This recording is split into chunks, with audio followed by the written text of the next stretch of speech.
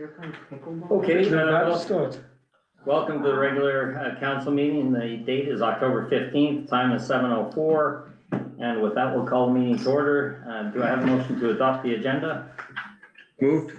Okay, moved by Councillor Reuter, second Councillor Cunliffe. Any amendments, edits? So, could I just ask a question? There's some active items in the approval of prior minutes, and there's business arising from the minutes saying none. So as those items come up in the review of the minutes, would they then kick into the business arising or something or? Thank you. If these are matters you wish to raise as each set of minutes, excuse me, is being discussed, that would be the time to raise that. Alternatively, you can sort of write a list sort of thing, keep some notes, Right. and you can add those right now to be included under business arising. Okay. Before the adoption of the agenda. Okay.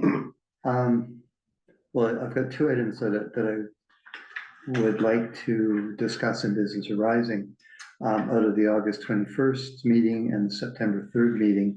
In both cases, it's the council rose and reported I've closed and created an action item, and I just wanted to discuss those action items. Does that make sense? Okay, so do you want to state the items or do you want to just? Normally we do it through the meeting as we do the minutes. You can do either way. So we've always That's what I'm asking. Yeah, either way. We've always done it. Just Okay. bring it up afterwards as long as it's in the minutes. I kind of like what CEO is suggesting, because sometimes what happens is we end up re-debating the minutes and then it forms a whole new agenda. Okay, well, I could just quickly give you an item. Okay, so page 19 of 135, it's reporting out, it's the council awarded the Landscape Park Revitalization Project and the design, etc. So it's just asking for just an update on where that was. So it's reporting out that something will happen. It's an action item.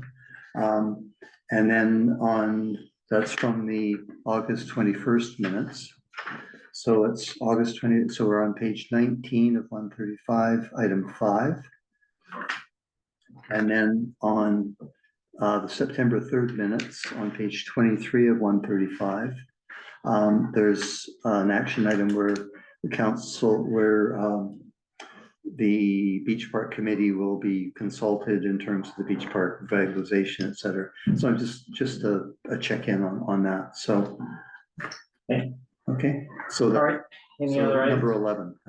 Councillor Reuter? Yeah, I noticed the same none under unfinished business. So I went back and looked at our previous few agendas, and it seems to me the last time we had an unfinished business log or action item list was on June 18th. So I would like to include that log under unfinished business. I'm happy to read out the items, and I think we need to keep those on the agenda, and once they're checked off, then of course they can be removed, but we should have that log and those unfinished items on our agenda as per our procedures bylaw.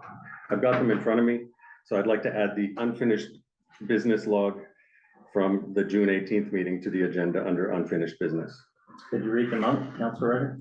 Well, it'll take a while. Should we not read them when we get to it?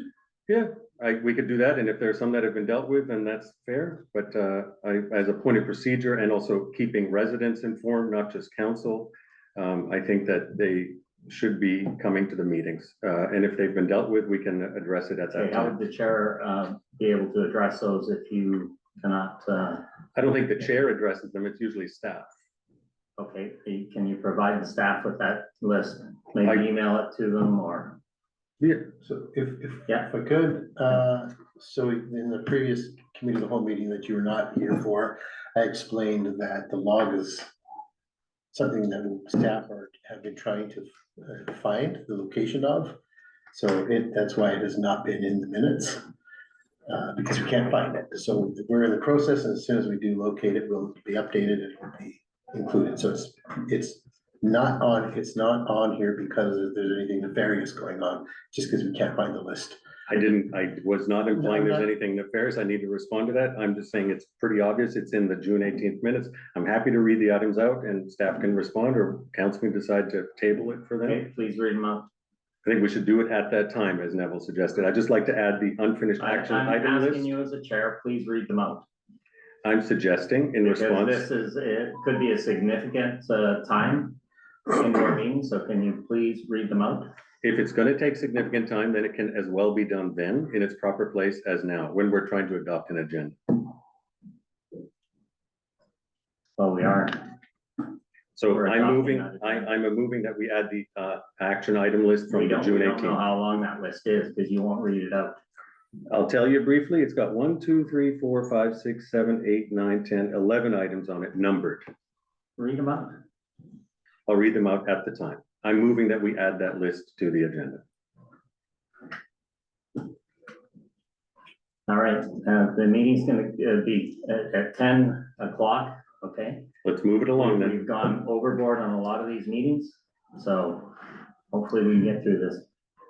Okay, I'll secondly add the log. Okay, Deal with it. moved by at the time. Council Ryder, seconded by Council Abbott. All in favor? Yes. Okay, opposed? I'm opposed because I don't know what we're adding to I'm the opposed, I agenda. don't know what the list is. I don't think it's an unreasonable request to ask you to be quickly If you read. can put it on the table, that would have been nice. It would have been polite.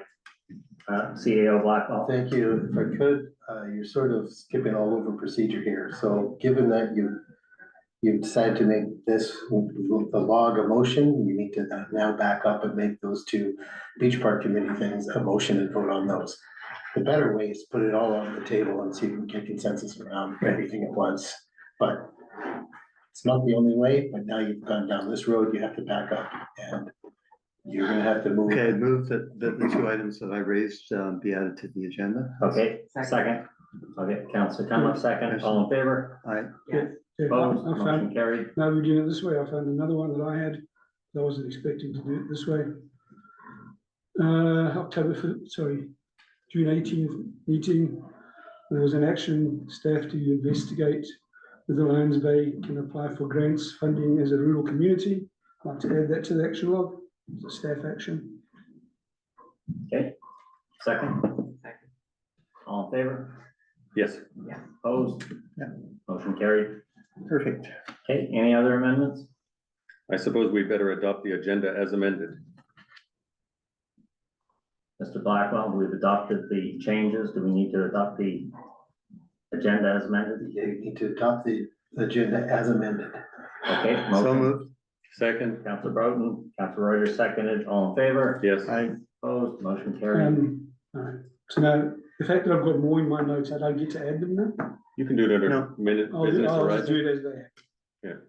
All right. So if I could, the best way to do this, and I know I've said this before, I'll say it again. Before you move and second the agenda, you want to put forward anything that you want to add to the agenda, any amendments to the agenda before you start voting on things, before you start voting on the agenda as it stands. And that will allow you to add or subtract on a case-by-case basis. And then once it's up for consideration, then the motion is approve the agenda as amended, done and dusted. Okay, with that, we'll move to public participation. Anyone from the gallery? Sir, Anyone online? yes, sir. Tony Greville would like to say something. Okay, Tony? Yeah, I'm there somewhere. Yeah, I'm following up, talking about things getting lost in the shuffle or falling through the cracks. I'm following up on my request of September the 3rd, I believe is in the minutes of the Council of the Whole, where I asked a question about the nature of JTE Consulting. I think it was $7,000 or $9,000, but from my perspective, it was listed as water strategy. And we're on the on the infrastructure committee doing water strategy. And I'm not necessarily suggesting that the work done was poor or inconsequential. The other side of it, if we paid good money for good work, I was asking that the report and information be given to the infrastructure committee, who is working on a water strategy for the village. And the follow-up was supposed to come from staff. That was September the 3rd. And I haven't heard anything. Okay, Mr. I Blackwell. can answer now on behalf of Carl. Mhm. So this was the staff level strategic planning session for what was perceived to be prospective and imminent drought. And so we formed a planning group in order to establish operational criteria that would allow us to respond. So included on that list of attendees was the fire chief, for example, and other staff, to make sure that we had a coordinated response. This individual was tasked with pulling everybody together and coordinating and consolidating the information. Fortunately, there are a couple of things that superseded the need to implement that strategy. The ASAP project being one, but we now have a substantive amount of material pulled together should the municipality ever need to enact a emergency plan around water supply. Would it be appropriate to share that with the infrastructure committee that is doing exactly the same work?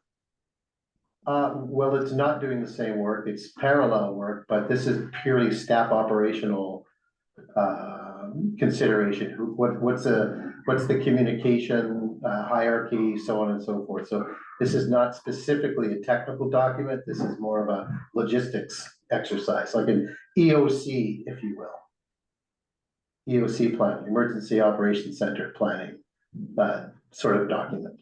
So it talks about when ESS would be triggered, or what supplies ESS would need. So Okay. Can I ask a question here? Is there a problem in supplying it to the infrastructure committee? Mr. Blackwell. well, I would prefer that staff operational documents are kept at a staff level. Is there any huge problem with it not being extended? No, there's no huge problem, but it's just not good protocol. It'd be good to just do things this, standard way that most municipalities operate from, and that is staff level operational documents stay at a staff level. Keeps things clean and simple and avoids the blurring of boundaries and so forth. Okay, Can I ask thank you for this? that.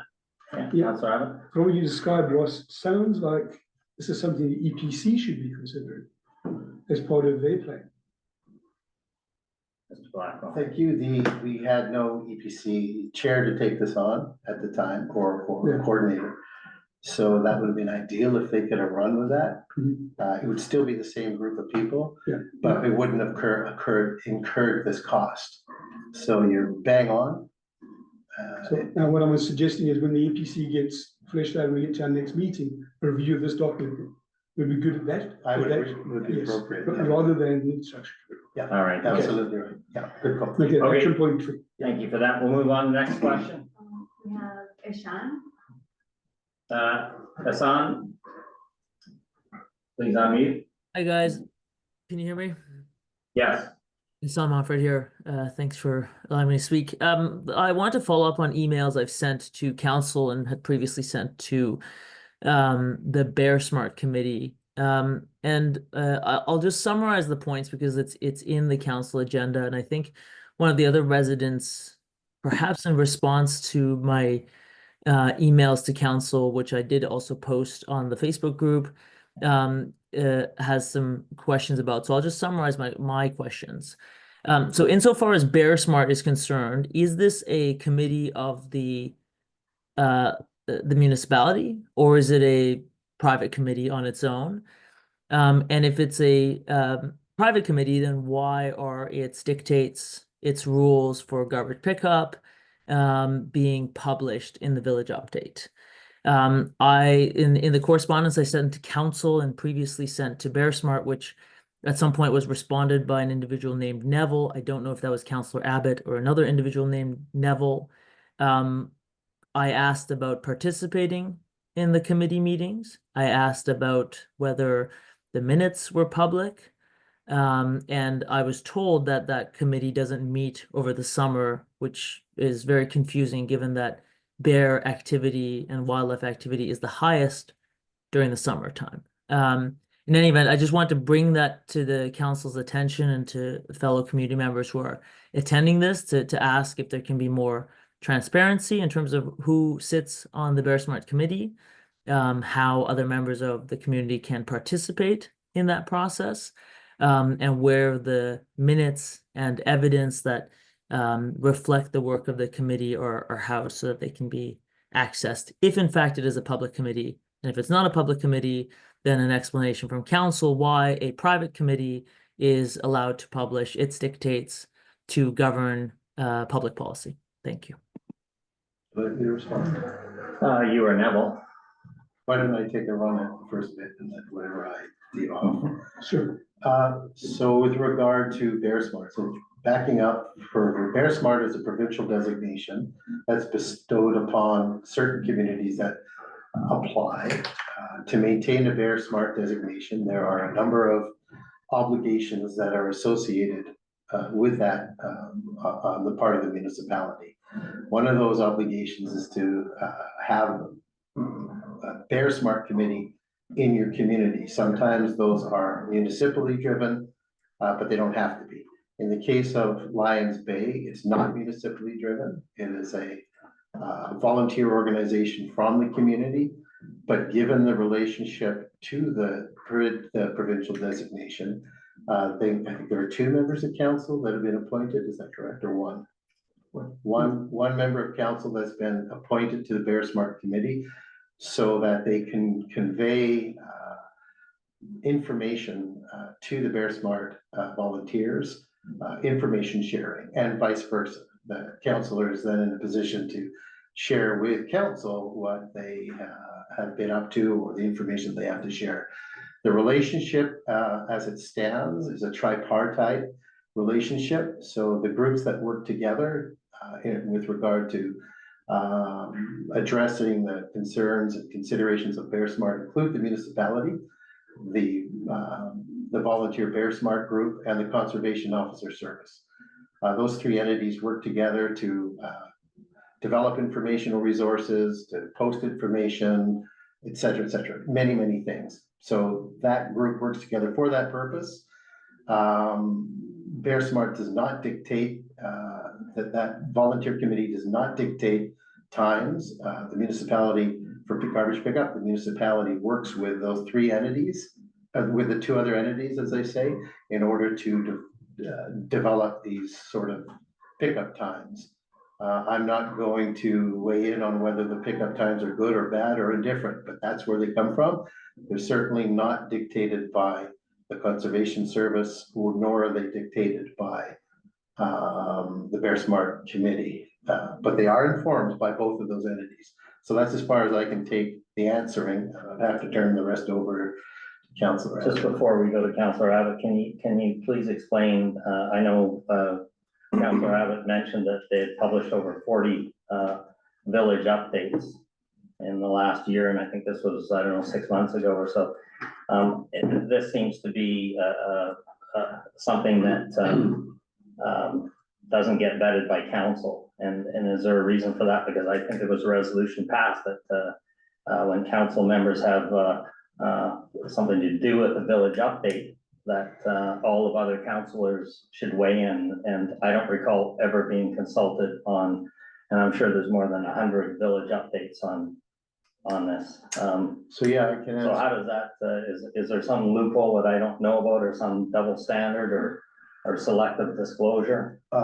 Good question. The answer would be no.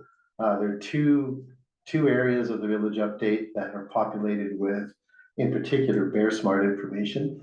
So the Bear Smart group, volunteer organization, publishes their information that they want to share with the community under the community events section. That's where it always goes.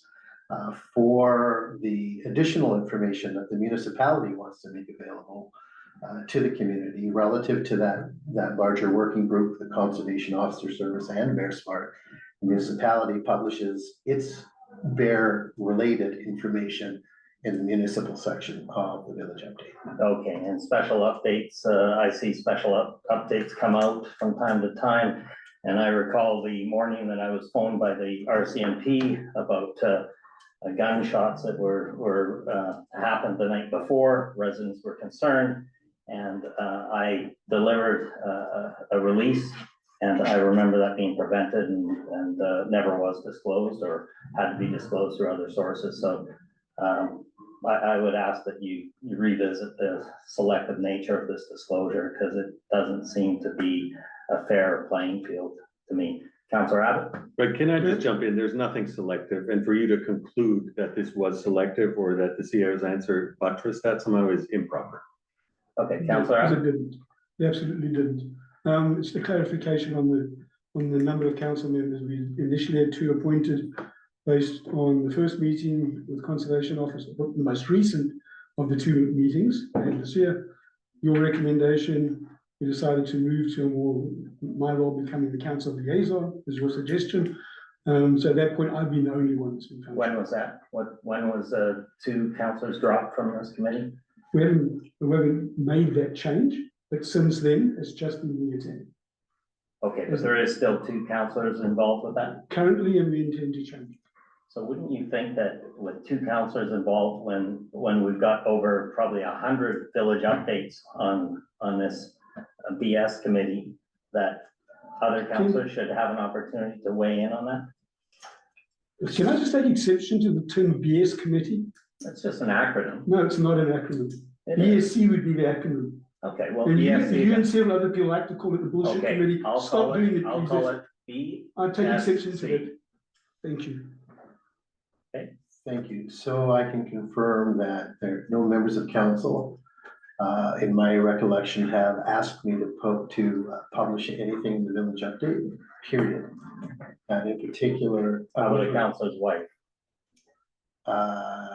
nothing comes to mind. It's possible in the past. And that if that councillor's wife is a volunteer member of the Bear Smart Committee and the Bear Smart Committee wishes to publish information under the community event section, that's what it's for, and that's what we do. But no council member that I am aware of has made a request for any specific information to be published in relation to bear activity or any other bear-related matter under the municipal section. Anything further before we move Well, on? I didn't get to finish the questions over this. I got cut Okay. off from the meeting. Councillor Okay, so yes, and to that point, I as a councillor do not publish things in the village update. The Bear Smart committee. You are chair of this committee, though. Okay, will you stop interrupting and No, I just litigating finished. your point for political purposes Can and I just ever let get this to- move on? You talked Councillor about Allen? time. Excuse me, Move on. Councillor Abbott? Point of Who's order. out of order? I'm getting interrupted and literally every time I speak. Councillor Abbott, continue on, please. Without interruption, please. Continue on, please. Okay. To the point of how many Nevilles are there village, I have no idea, but yes, I am Neville. I think it's pretty obvious. Who the other members of the committee are, there's another email that followed up some correspondence here and from Norma and in the correspondence, and that's been explained as well as the history of the committee. So all those answers have been given. As to why we don't meet in summer. The committee meets in the spring with most intensity, planning for the summer. During the summer, it's just execution. We have the least number of bears over the period March to September in July and August, because the bears are away eating berries. It's not the critical period. The next critical period is September, October, which we're seeing now during hyperphagia. That's why the committee meets that way. There's no attempt to, and we invited Mr. Montferrat to attend our next meeting. There's been no attempt to keep him secret. We invited him to come to the meeting and present his case, and we said we'd listen to him. So that's the facts. Okay, Mr. Blackwell. Could you have a 10-minute limit on public participation? Okay. I don't know how you want to carve that up, because most of the time that's been taken, which is well over 10 minutes, has been not the members of the gallery. Yeah. It's been.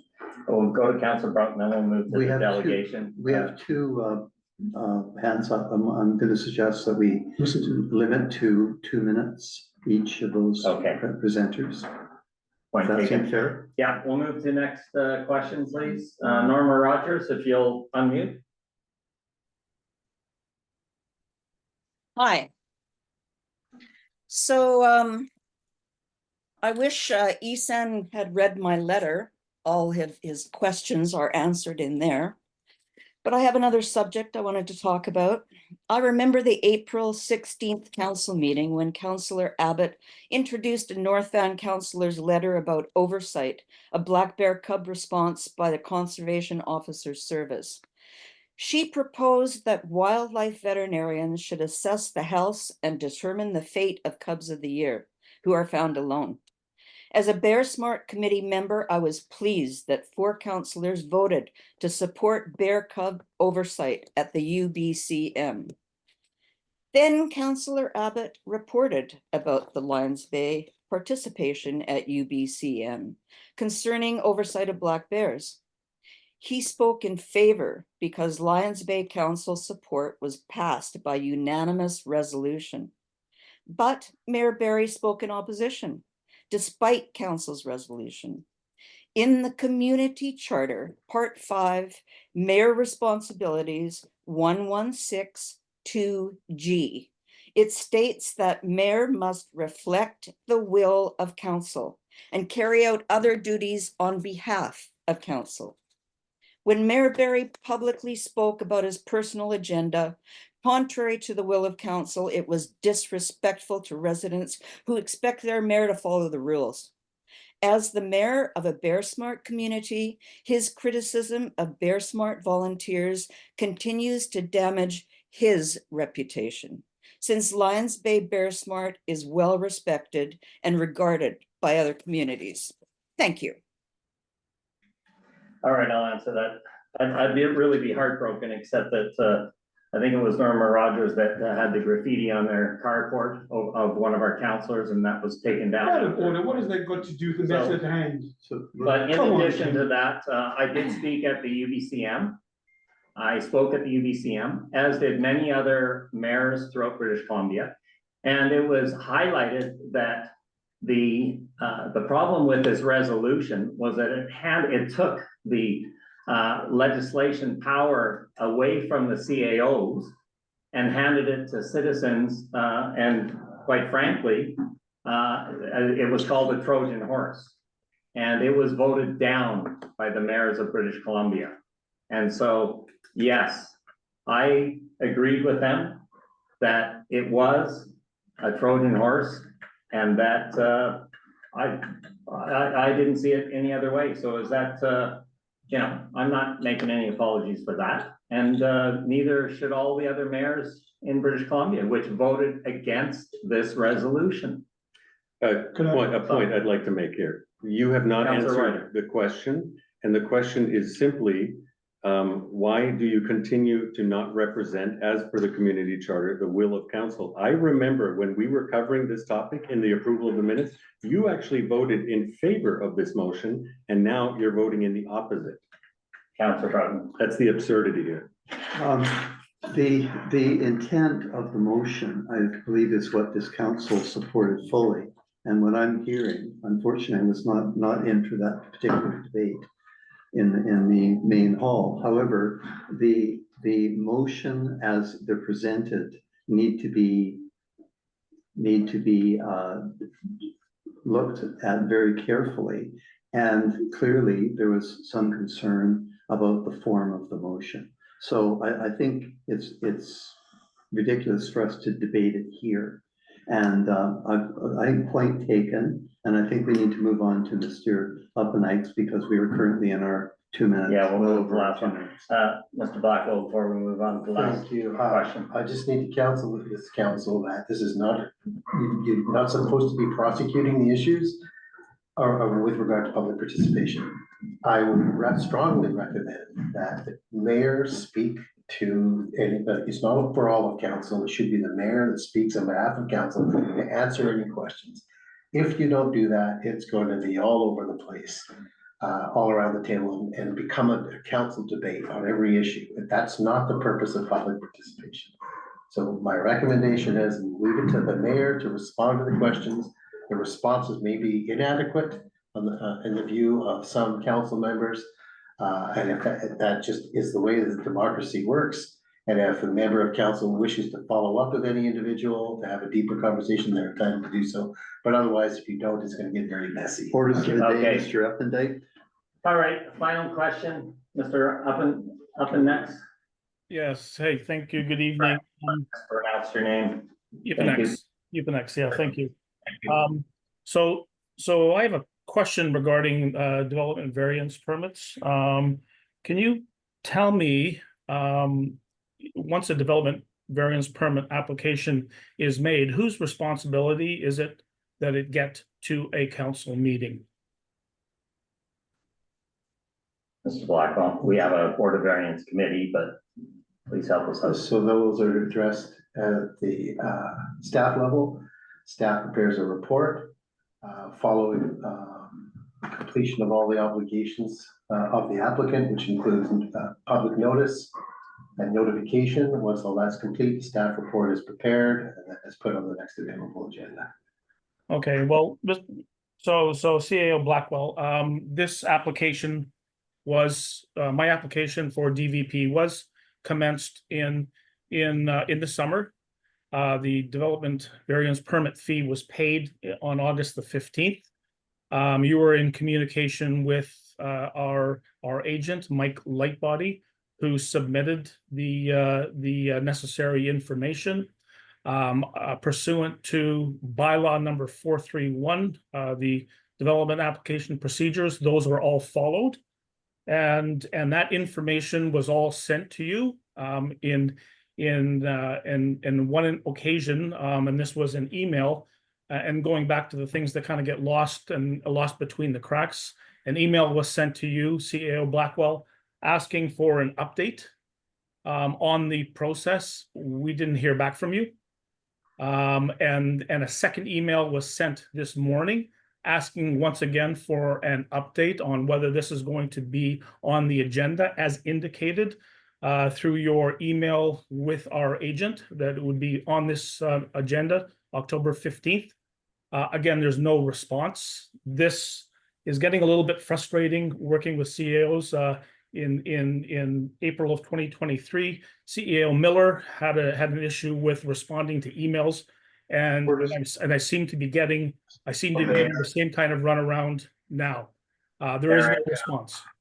Eric, thank you very much for your question and your comments, and we'll move it offline, and it'll be addressed in the coming days, okay? And please reach out to the staff or myself. I reached out to the staff who said who would pop this issue into CEO Blackwell's desk and made a verbal request to respond to my email. That didn't happen today either. So very frustrating. Yeah, I understand that. Okay, thank you very much, Eric, and we'll address that offline. I appreciate your question and your comments. Okay, we'll move to the delegation, and that would be the mural project proposal. And do we have Rebecca? She's online. Okay, so Rebecca, you have 10 minutes, or up to 10 minutes.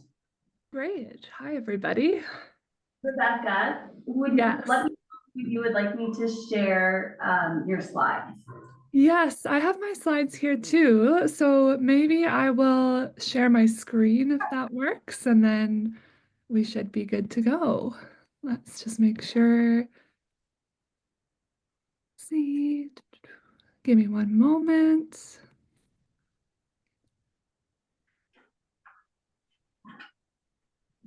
Okay, I just sent a request to share my screen.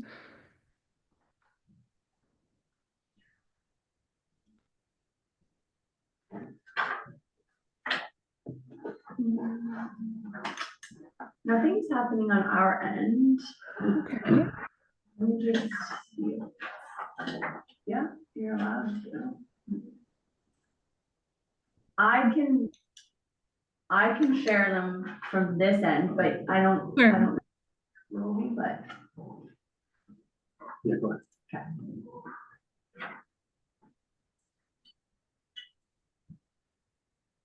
okay. Sounds good. And I'll just let you know when to go to the next slide.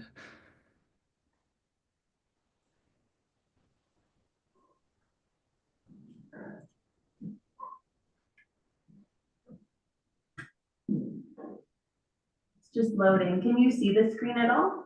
Yes, I can see it. It's looking a little blurry, but I can see it. How does it look for you guys? There we go. Nice. So I'll let you know when to flip to the next one. And yeah, I think it's best if we just keep it at that size. I know sometimes if you go full page, it kind of plays and we'll just keep playing. So it's a little easier for you just to click the next one as we go along. Does that make sense?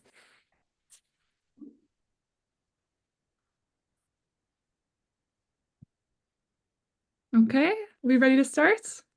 Go ahead. Great, thank you. Hello, everyone. Great to see you tonight. My name is Rebecca Montgomery.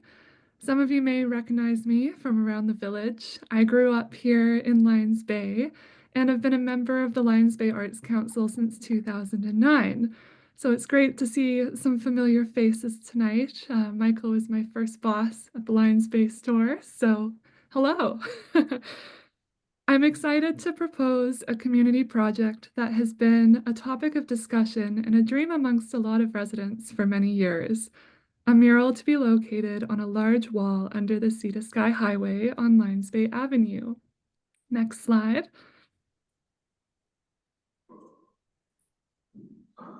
So you'll all recognize the spot. Now imagine what it would look like with a mural. Next slide. Thank you. So my initial idea for what would make an impactful piece for this space was the First Nations legend of the two sisters. Let's go to the next slide. To summarize the story behind the twin peaks that we live directly under, known as the Lions Peaks, they're also known as the two sisters. As the legend goes, the tribe that lived here many years ago were about to be invaded by neighboring warring tribes until the chief's daughters convinced them, with a plea for peace, to unite. Because of their great accomplishment, they became immortalized as guardians of harmony, to be seen by the whole lower mainland as symbols for peace. Let's go to the next slide. So it's a great story. There are the two sisters there outlined. And it's a story that I didn't actually know until I was in my 20s. And I thought, how special would it have been to have known the story earlier on in life?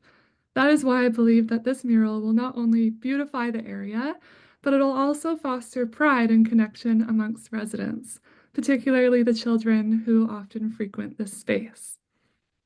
I knew that it was important for this subject matter to be painted by First Nations artists, so I reached out to two of my favorite local artists whose work has been seen around Squamish and Vancouver, and who are also featured at the Vancouver Art Gallery. Perfect. Meet Lauren Brevner and James Harry. When I reached out to them to see if they'd be interested in this mural, they responded immediately, saying that they had been dreaming of doing a mural about the two sisters, and they had actually already created concept art for it. So let me tell you a little bit more about them, and we can go through the next slides of their work. Lauren and James met and graduated from Emily Carr University. They're now married and very successful contemporary artists residing in Squamish. Their collaborative work blends contemporary techniques with deep cultural narratives. Lauren is known for her vibrant and dynamic mixed media art, often drawing inspiration from her Japanese Trinidadian heritage, creating pieces that celebrate identity and multiculturalism. Let's go to the next slide. James is a skilled carver and a sculptor from the Squamish Nation.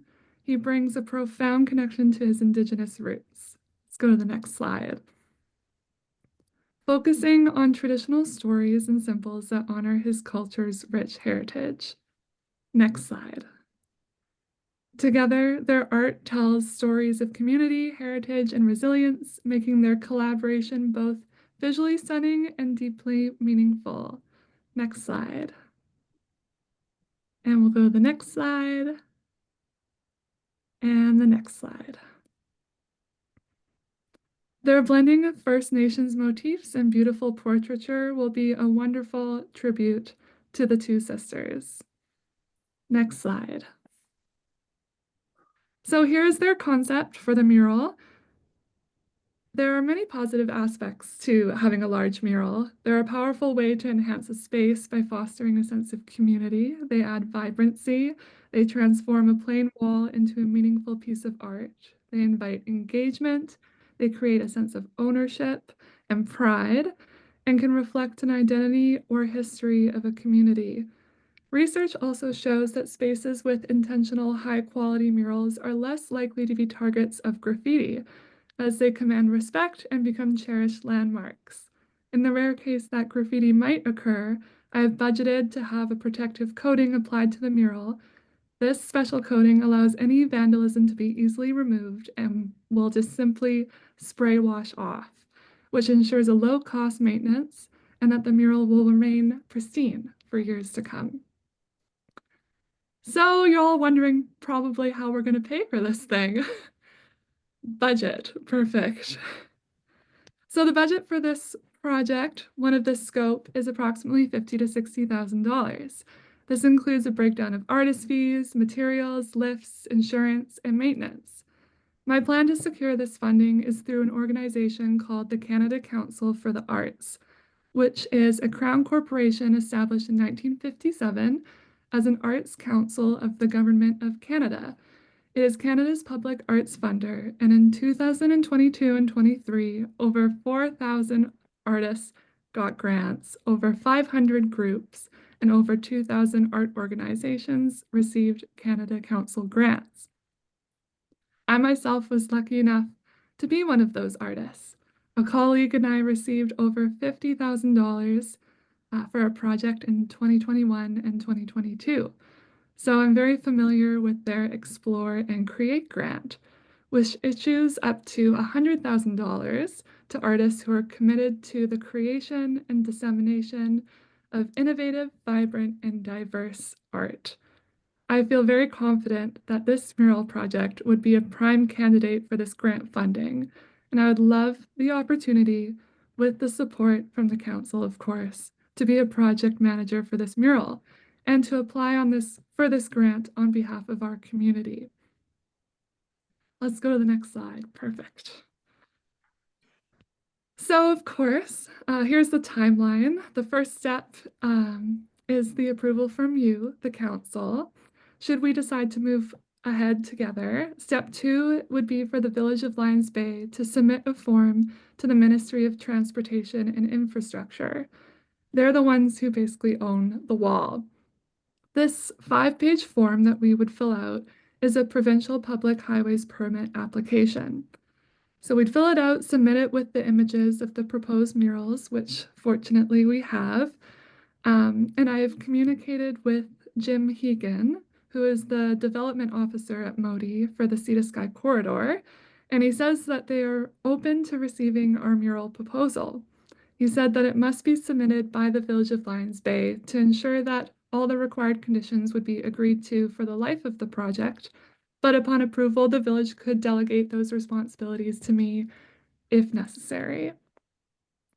Step 3 after Modi is conducting a formal community consultation. For this, I'm really open to hearing the council's suggestions on the best way to go about that. A couple ideas that I had were either holding a meeting at the village hall or maybe preparing an easy online survey for residents to vote whether they are pro or no for the mural. We can discuss this further at the end of the presentation if you like. So after getting all the necessary approvals, I will submit the grant application to the Canada Council for the Arts. The Explore and Create grant takes about 5 months to receive approval for. So if possible, I would love to have this finished around the end of October or in November, which would mean that we would know our results by around April 2025. I think it would be wise for us to try to complete the first few steps of approval before I submit the grant, as it will definitely help our chances of receiving funding. So once we're notified of receiving the funding, that will allow me enough time to put all the plans into motion and paint the mural in August of 2025.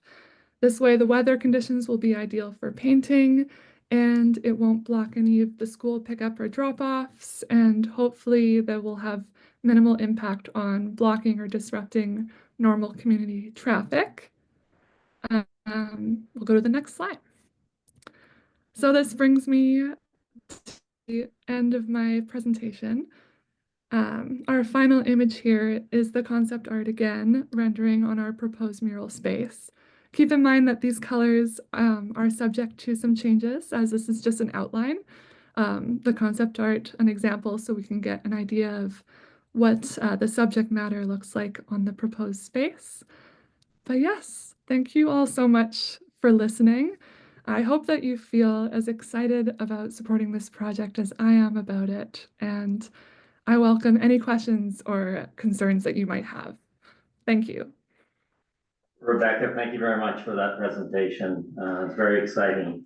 So with that, I'll open it up to questions from the council. Councilor Brown.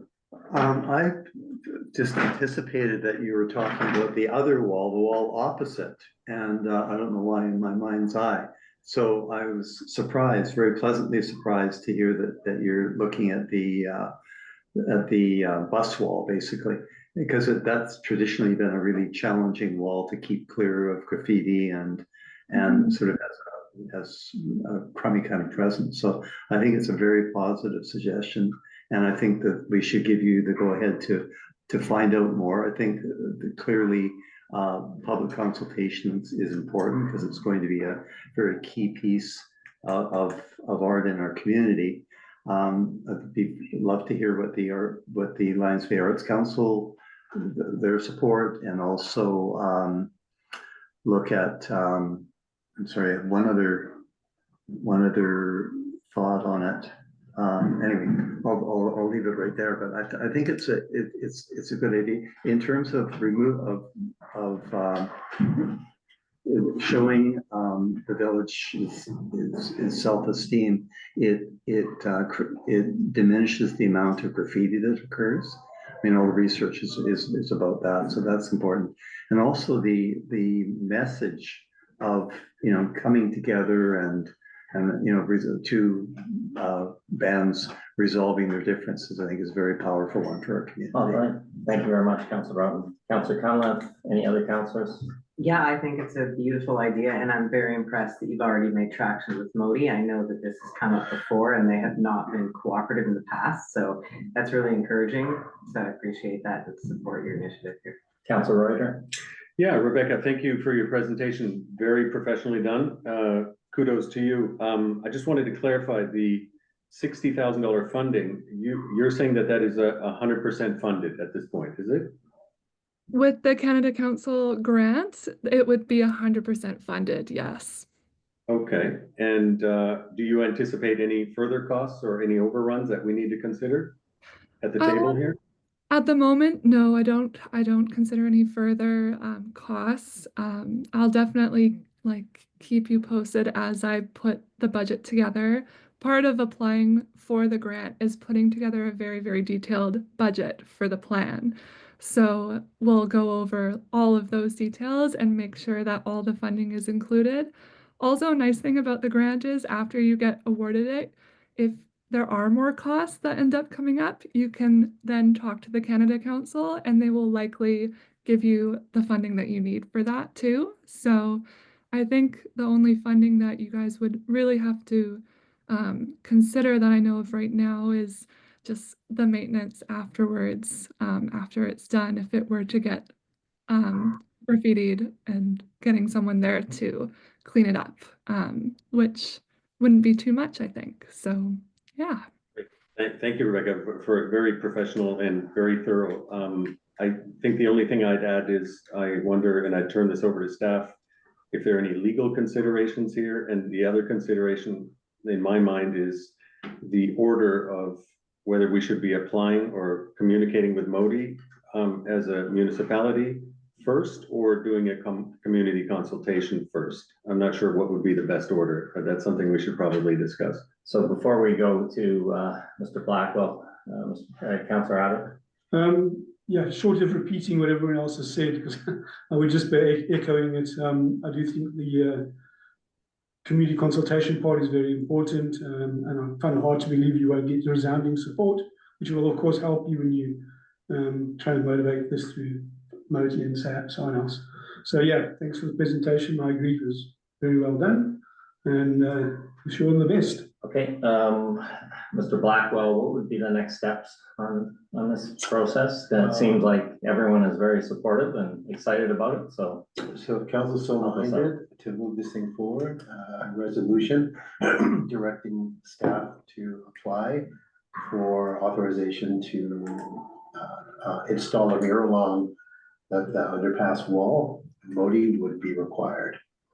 Moti is a large bureaucracy, and so time, I think, is of the essence. So the sooner we can get that Okay, in process, the better. So moved. okay, second on that motion? Councillor Cunliffe, second. Okay, all in favor? Yes. Yes. Yes. Opposed? Motion carried. Okay, Rebecca, thank you very much. That's exciting, and we look forward to updates. So Awesome. thank you again for putting that presentation together. It was wonderful. Could I just make mention that as, if I was her original employer, she was an outstanding employee, so. But now, how many years ago was that, Rebecca? It's quite a few now. Oh, we won't talk about that. Okay. Very diplomatic, well done. Thank you Okay. very much, everyone. Thank you again, Rebecca. Okay, with that, we'll move on to item number 5, approval of the minutes. Do we have a motion to approve June 18th, 2024 minutes? So moved. I'll second Okay. it. Yeah. Moved by Councillor Reuter, seconded by Councillor Abbott. I think there's Any amendments, a couple questions? of corrections on there. Mhm. Item 7C2, the highway noise crew, it was actually the highway noise group. Can you give a page Is this the number? question? Sure, it's page 5. June 18th minutes. Okay, so, and then it appears later in section 8C2 as the highway noise crew, and it's actually the highway noise group. Okay? Okay, any other amendments? No? Okay, all in Okay. favor with that? I think there's also June 18th, that's the one where all the grant applications were included. Yep. And there was, I believe, 3 different grant applications that were misnamed. Okay, So I can either provide those names right now, or I can provide them later to the. Mr. Blackwell. Thank you. Naming nomenclature is simply administrative issues, so you can adopt these minutes with the incorrect names. And I will follow up with council to Make the changes. Any other amendments? Yeah, I was going to talk about this naming it, but I guess you can just forward it. I'm just not. Do we agree what the curling team was supposed to be? Caroling team. We sure about that? Yeah. Okay, all right. Yeah, no, I've got the June you- 4th okay. materials, yeah. It's Okay. so it's, the curling team became the caroling team. And then just one other suggestion. So there's a lot of these groups that don't get any money, only get aid in kind. And I think in future we should actually separate those out. Yeah. Because it would also help to work out who was who. All right, good point. Okay, all in favor with the amendments? Yes. Opposed, motion carried. Okay, motion to approve July 16th, 2024 minutes. So moved. Second. Okay. Discussion, amendments? Yeah, I've got a point. I think that these minutes failed to capture an aspect of the meeting that was very important, and I think that touches on a subject we need to discuss in closed, not in an open meeting. And so I would move that these minutes be tabled for now, and that we have a discussion at some future point in closed. I'll second that. All right, how do we address that, Mr. Blackwell? Is there any item can we have a little bit? Can we ask for color on that, or what? Yeah. Specifically to you could, if you want to discuss the details, if the councillor indicates that he feels it properly belongs in closed, then you can move into closed now, or you can table it, which might be the most efficient, to a later date, because I can't imagine that there's anything that is time sensitive with regard to these minutes and their approval. All right. It's passed. Motion to table. Motion, so moved. Okay, seconded by Councillor Cunliffe. All in favor? Yes. Opposed? Carried. Okay. Motion, meeting Sorry, that minutes was a from- little confusing, by the way, because myself and Marcus had put the motion forward already, and I seconded, and then Michael did it again. All So, right. but anyway, it's fine. Yeah. We got it done. Okay, minutes from July 25th, 2024. Do we have a motion to approve those minutes? Moved. Second. I'll second. Okay, discussion, amendments, Question? yes. Hmm. All in favor? Opposed? Yes. Motion carried. Okay, minutes from August 21st, 2024. We have a motion to approve those. Put it forward. Okay, Councillor Abbott. Motion second. Second. Okay, Councillor Reuter. Any edits? Question? Okay, all in favor? Yes. Aye. Opposed? Motion carried. The minutes from September 3rd, 2024. We have a motion to approve. Moved. Yes. Second. Approved by, Sorry. approved by. Reuter, Moved by second. Ryder, second by Abbott. Any amendments, edits? No, all in favor? Yes. Opposed? Yes. Motion carried. Okay, item number 6, business arising from minutes, and Councillor Reuter. You've got a list of 11 items. Do you want to read them now? Sure. Yeah, Mr. Blackwell. I would suggest that the better order would be the first two from Councilor Broughton, and then those words first, and then follow Councilor Rogers. Okay, perfect. All right, we'll go to, In my the list. first item was August. And then my late one. Yeah, and I had a couple to put on there as well. Yeah. Dancing with the Stars. August 21st. We are now just 21 days away from election.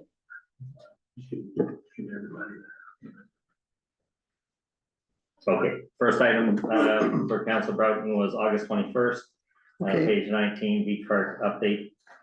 Okay, reporting out of close was that council has awarded the Lions Bay Beach Park revitalization project, and the design will be made public following commercial negotiations made by staff. And the list of who approved it and so on. So I just an update in terms of my understanding is that there has been discussions with the successful proponents, and is there sort of a general update that you can provide? You're asking The CEO Blackwell? Yeah. Mr. Blackwell? I don't think it needs to able be to detailed, provide an but update? just a general update. Yeah, through you to Councilor Broughton, not yet, which is why I've not provided council with anything. We are still in the negotiation process. They are not signed to a contract, so we have no proponents at this point. Once they are under contract, then I will advise council. Okay, well, that's helpful to know, thank you. Okay, next item was September Sorry, 3rd. just a question. We have no proponents? Is that correct? You said? Sorry, Mr. Blackwell, can you go through the chair, and Councilor Reuter, please go through the chair to keep the meeting orderly? Is that acceptable, Councilor Reuter? Yeah, that was, as always, as we've discussed many times, through the chair. Thank you. You can just assume that. Mr. Blackwell, no, I'd like you to make that clear so that we're not jumping across the table. Made it clear from in the past and into the future. There you go.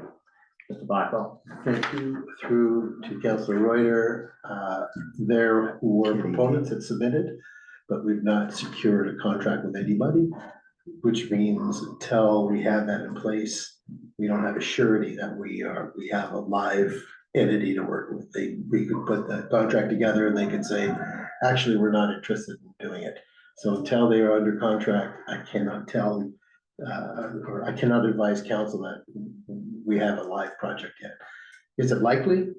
Sure, it's probably likely, but I can't give you that assurance until the contract is sorted out. The contract is with Lidstone right now to make sure that we are legally secure, and provisions of that contract. Once it's executed, assuming it gets executed, I will advise not only council, but I will provide a full update to the community. All right, thank you very much. Excellent, okay. Okay, That's- September 3rd item. Yeah, that basically links to the other one, I think is basically answered, so thank you very much, it's really helpful to have that information. Okay, Thank you. and next item was Councillor So Abbott. was there something to add to the log there? You wanted that added to the log, right? This was about adding things to the unfinished business. To be added, Did to you be want something updated. added? No, okay.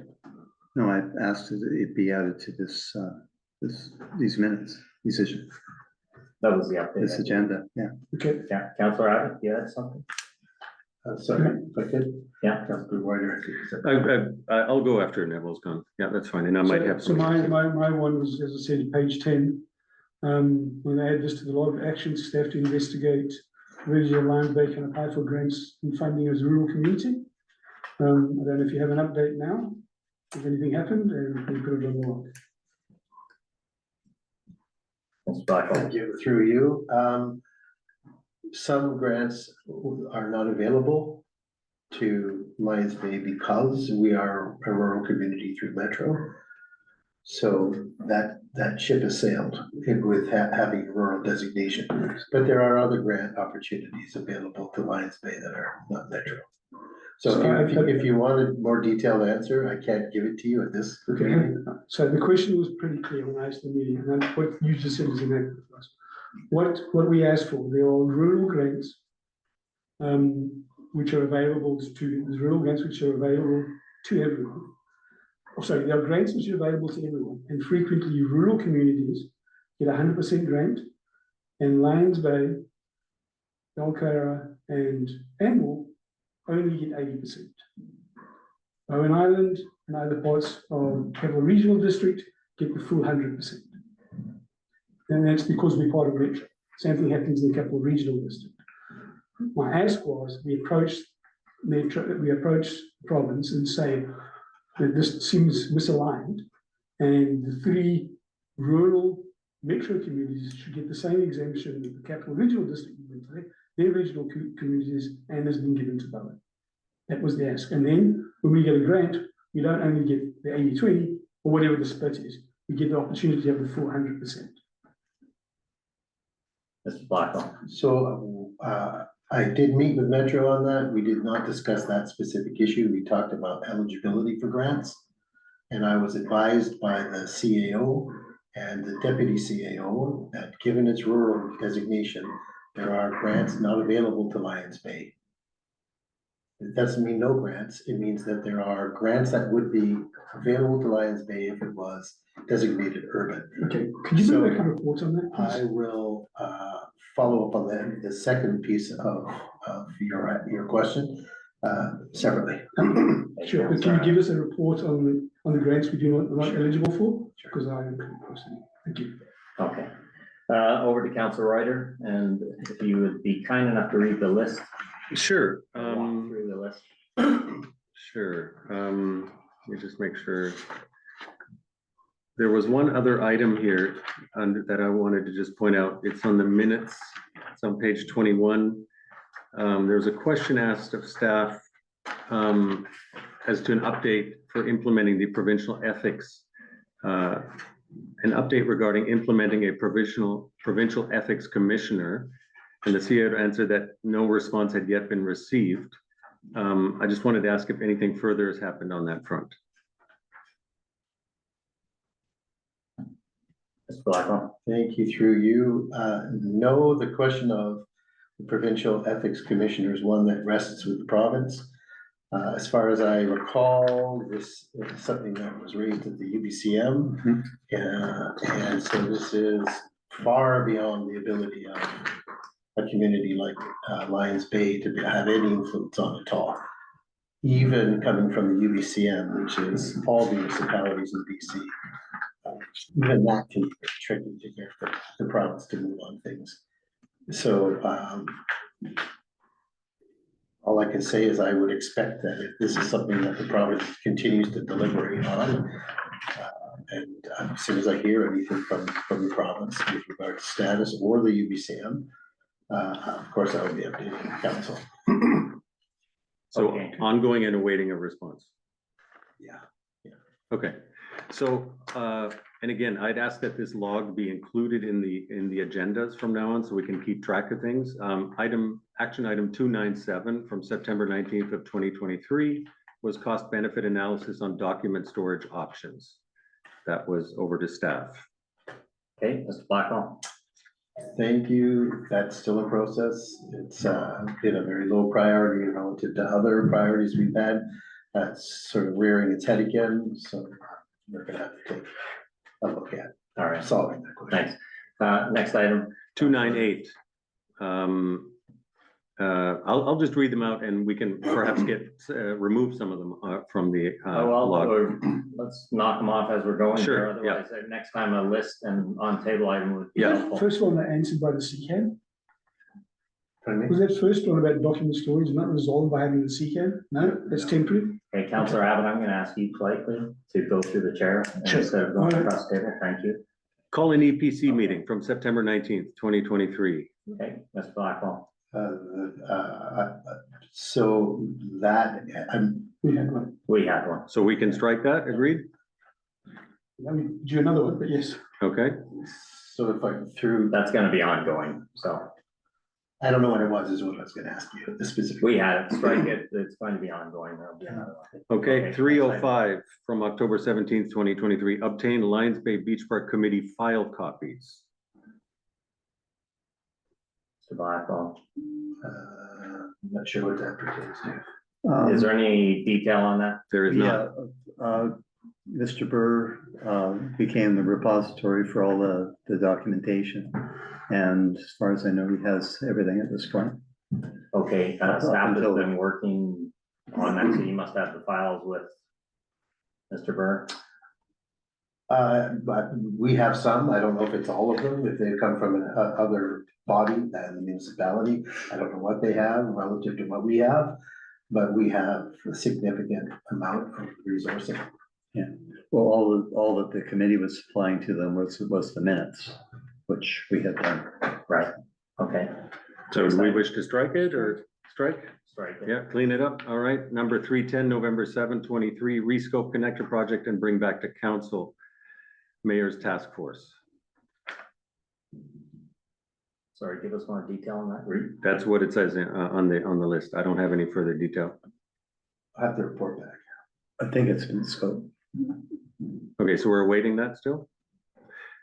Okay, That's Black. I'll have to report back. I need to talk to Mr. Burr and put our heads together on how this has evolved. So can we update later? So leave it. Okay. Next item. 311, November 7, 23, proceed with wayfinding signage project subject to community input. Also, person in charge is mayor's task force. That's not progressive. 312. Sorry, Councillor Abbott. in these minutes somewhere, it says that that project got cancelled. The wayfinder signage has been cancelled. I think you've got to speak to Mr. Burr. Okay. And putting up signs like I see around the village. He hasn't, it's not wayfinding signage. Right. Okay, Next item. 312, November 7, 23, BC Nature Municipal Protected Areas Project to staff. That finally has been completed, but there are additional ongoing minor bits and pieces that staff remain involved on, but the primary body of work has been provided to them. Okay. So We'll ongoing. present that sometime in the future. It's nothing, it's not material that can easily be presented, it's primarily, GIS information. We didn't have immediate access to, I think it was resolved between Councillor Abbott and Carl Burr, and so. I think you have to sign the letter and send it back. There's, That's all. so I'm trying not to get into the details. All right, next item. Councillor. Yeah, I think we've covered this. Number 314, November 21, 23, Lions Bay Beach Park project update. Okay. Yep. Next item. 315, February 20th of this year, firefighting water reserve policy referred to the infrastructure committee. Tasked to Mr. Boer. Okay, Mr. Burr is on holidays, vacation, so we'll keep that on the list. 3/16, February 20th, water shortage policy, review at next meeting. Okay, Mr. Burr's on holiday, that's that next meeting. 3/17, 21 of May this year, provide council with December 14th SVT consultation letter to mayor he received from the province and any responses provided to you. Sorry, read that again. Provide council with December 4th, 2023 SVT consultation letter he received from the province and any responses provided. That was forwarded on the 5th of December, so you all received that on the 5th. And the letter was to respond back to the province by February 1st. CAO Blackwell, myself, wrote a letter of which Councilor Reuter, you sent an email saying I was not authorized to send. I think letter, the any so, responses. excuse me, please don't interrupt. And Councilor Abbott seconded that email and said, in fact, this was Councilor Reuter's domain. So you then took that on your plate again, and this was done originally by a resolution from council authorizing you to manage that file. You sent the letter to the province. Unfortunately, you sent the province the letter one day late. Yeah, that's not the case at So all. What I'm going to province, focus on, not to turn that rehash down. the old circus here again, but what Well, you're you still bringing it haven't up and you provided, continue. what you still haven't provided are any responses. The responses are in the emails. I can publish those publicly if you'd like, Councilor Reuter. In fact, I've got The the resolution, binder right here. the resolution was And that you I'll- provide counsel with the responses. I Maybe you could provided- do that at some I future point. provided And then we Councilor could Reuter- move on. Councilor Reuter, I provided you and the rest of the council on December 5th, the letter from the province. Correct. I'm You were the interested one in the who wrote. You responses. followed up, The Councilor Reuter. responses. Can I focus You're here a little you bit? continue to waste our council's time and the village's time. And in fact, Councilor Reuter, this was your file. And most recently, I've heard from 3 residents Oh, my who have goodness. Yes, received stop. Yeah, notices for up to 70,000 plus. right. And liens on their property. And this was a file that you dropped. And Yeah, you I didn't drop continued it. to try to- Orders- I think Orders you of the day, dropped it please. and have never Yeah. provided Orders of the the day. responses. Like I say, I have a binder here and I'll publish these emails that you said. No, you bring We them to could not council send as by that out. resolution. CAO Blackwell advised that that letter go out and instead you interrupted it. I did not interrupt it. It's just to simply Really say, unfortunate. you still have not You provided the continue to waste the responses. time of this village. If you and can the stop council's running your time. mouth with your propaganda, Okay. just the responses are all we need here. All right, Mr. Blackwell, Thank you. If I could point out that you guys have a council procedures policy, this council constantly runs afoul of it. One of your obligations in elected office, you should not have a CAO having to tell you this, is your conduct. You must speak respectfully to each other, always, all the time. It's a bylaw, not a policy. It's a bylaw. I would also remind you that staff have to sit here and listen to this, and it's rather unpleasant for staff to have to listen to this dynamic, particularly given the fact you will not honor your council procedures bylaw with regard to how you interact. thank you very much for that, Mr. Blackwell. And unfortunately, it's very frustrating, I think, for everyone and the community involved.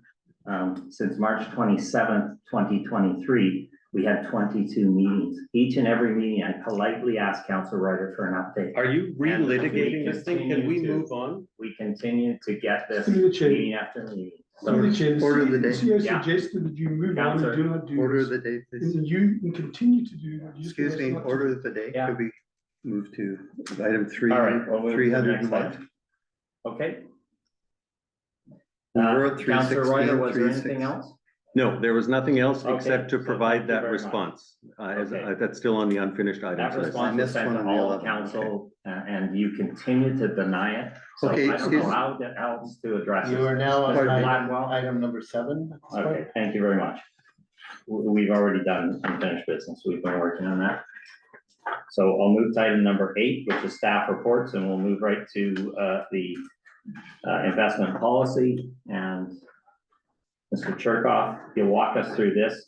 And just to remind the residents and council, it's the investment policy that prior to this administration there was interest gained it was about approximately $25,000. In this past year, we will make more than 300,000 in interest for the village, and I believe it's more than that. However, there is still one outstanding matter that needs to have a third and final reading. And if we can get that reading, it's been out there for 11 months with council here. If we can get that reading, we'll make an additional 70,000 plus on that interest of 300,000 plus for this coming year. Mr. Cherkoff, please explain to us what we need to do. Just a clarification, what did this have to do with the previous council? This is the investment policy which you've asked questions about and stalled, and is now I'm sorry. going on. Yeah. Okay, I'm sorry, that's, If I could. if I could keep to the business in a respectful manner. I Mr. think that would Cherkoff. be very, very appropriate, and I think call it at that. Okay, Mr. Cherkoff, the investment policy, please. Okay, great. So I believe it says page 25. On my printout, it says page 24 is the staff report. The staff report has just there's no changes to the staff report other than the current interest rates that are being earned. So we're currently earning about 3.6% on our high yield savings bank account. I'm sorry, what percentage? 3.6. 3.6. At a minimum, I can get 4.25%. And if I invest with MFA pooled savings, pooled accounts, it would be a bit higher than that. All adequate or acceptable, safe investments in accordance with the policy. So I would just ask that this policy be adopted by council. There have been no changes to the policy since the last request to put it through the Audit and Finance Committee. The Audit and Finance Committee had nothing but good things to say about it, and there were no changes recommended. Okay, do we have a motion to adopt this for the third reading? So moved. Second? Second. Okay, seconded by Councillor Cunliffe. Any comments before I call the question? Yeah, I've got a couple of comments. Joe, I'm just reading here that you're saying that we're earning 3.6 in a liquid GIC? That's just on our savings account. Okay. Are these current figures? Because that seems a little high to me. No, that's current. Based on our last month of interest on our account. Mr. Cherkoff, can you tell us what we'll make in the past 12 months in interest? Oh, it's easily $300,000 just on savings. What we currently. So the entire bank accounts, the savings account, and the other accounts that you have, what do you estimate it'll be? We want $300,000. 300,000. That's great.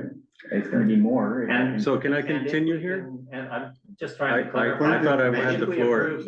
If we approve this, we will make an additional 70,000, and that's 70,000 which we've been sitting on here or haven't been able to make an interest because we haven't been able to approve this as a council. Is that correct?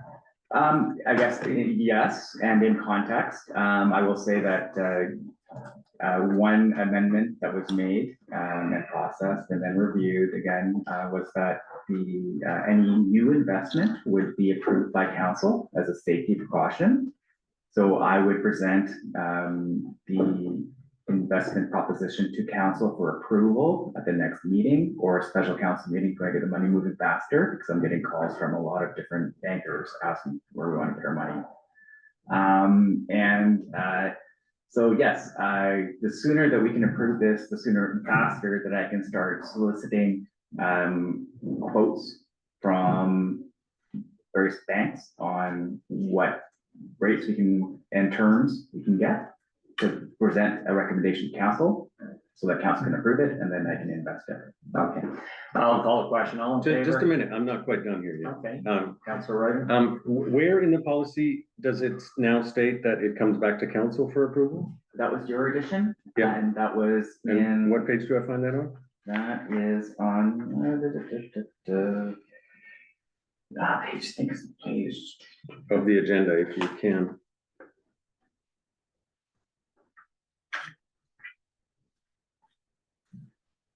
Oh, that's on the actual policy, not the recommendation.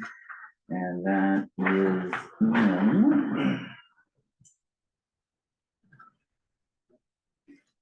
So while Mr. Cherkoff's doing this, for context, this will allow us to earn another percent interest on $7 million approximately. minimum. So minimum 1%.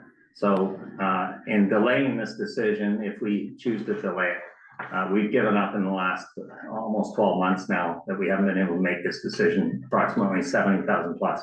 Mr. Cherkoff. To Councilor Reuter, page 29 of your package in safekeeping and custody. Your request to have council oversight has been added, had been added. New investments shall be reviewed with council prior to committing funds. And where is that now? Under 149?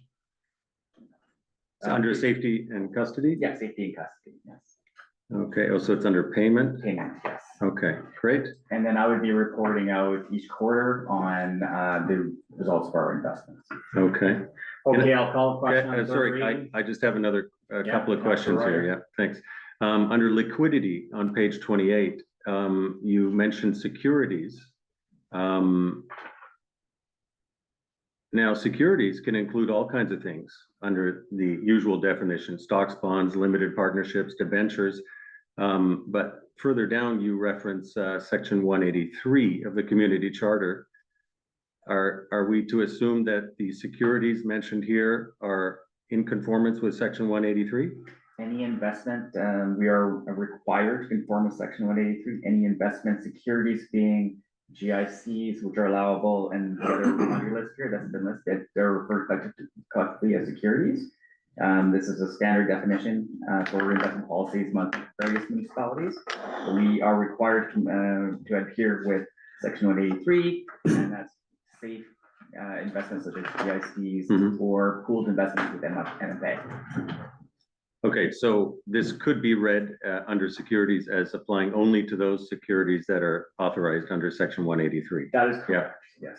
Okay, and just further down there under ethics and conflicts of interest, any potential conflict of interest must be disclosed to the CAO and will be considered on a case-by-case basis. Why would that not come to council? I would say that it would be a decision by the CAO to bring it up if there's any sort of ethical conflict. That being said, the provision that you requested to be added, that any new investment be authorized by council before being adopted, also address that concern. Yeah, it does address it, except it doesn't specifically mention if any potential conflicts of interest. I mean, I personally would rather see those come to council if we're having new investment decisions come to council anyway. I believe that in any sort of communication with council, that in a report to council or recommendation to council for an investment would identify any potential conflict of interest. I can't even imagine how there could one pop up, but I could see that, you know, the reason why that wording is in there is that there is a requirement for us to consider that. Right. And if there is a requirement or if there's a perceived conflict, it would be disclosed to the CAO and it would be his purview to advise council. And council also needs to approve any sort of new investment. Okay, any other questions? I'm done for now, thanks. I had one that didn't get mentioned. I was still concerned with the term, and the fact we could have up to 100% locked up, just short of 5 years to 20 years. And that's obviously something we shouldn't do. It wouldn't be wise. But I accept that now that everything's coming to council, we can deal with it at that point. Yeah. We make sure we don't do that. So from that point of view, yeah, I'm okay with it. All right, I'll call the question. All in favor? Aye. Yes. Opposed? Motion carried. Okay, fourth reading, same motion. Do I have a motion? So moved. Okay, Councillor Fourth Brugman, reading or second. adoption? Adoption. Okay. Councillor Cunliffe seconded. All in favor? Yes. Opposed? Motion carried. Thank you. Thank Okay, you, Joe. and we'll call on the fire chief, and thank you very much for being patient. No problem. Okay, called to speak on fire smart stuff and what the fire department's been doing. So as you guys all know, we partnered with Frontier Forestry Solutions. They helped us out a lot. They provided a fire smart coordinator that the fire department, myself, and the whole department in general has worked with.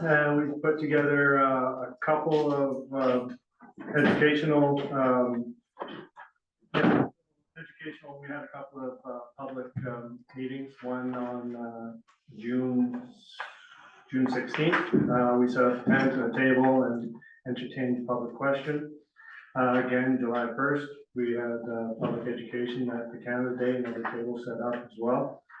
We also educated all of our crews. We put everybody on our department through the wildland firefighting for structural firefighters, the S100 course. So as far as our educational part, we've kicked it up a little bit and tried to bring in the community as well with what we're doing.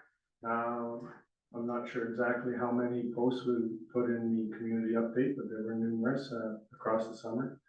We've been fortunate with the weather. We haven't had any forest fires this year, so it's knock on wood, it's been great.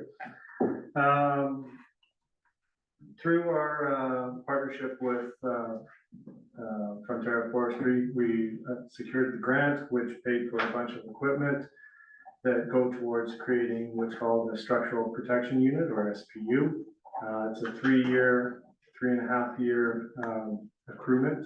So we've got the first year accruement of gear to go towards that.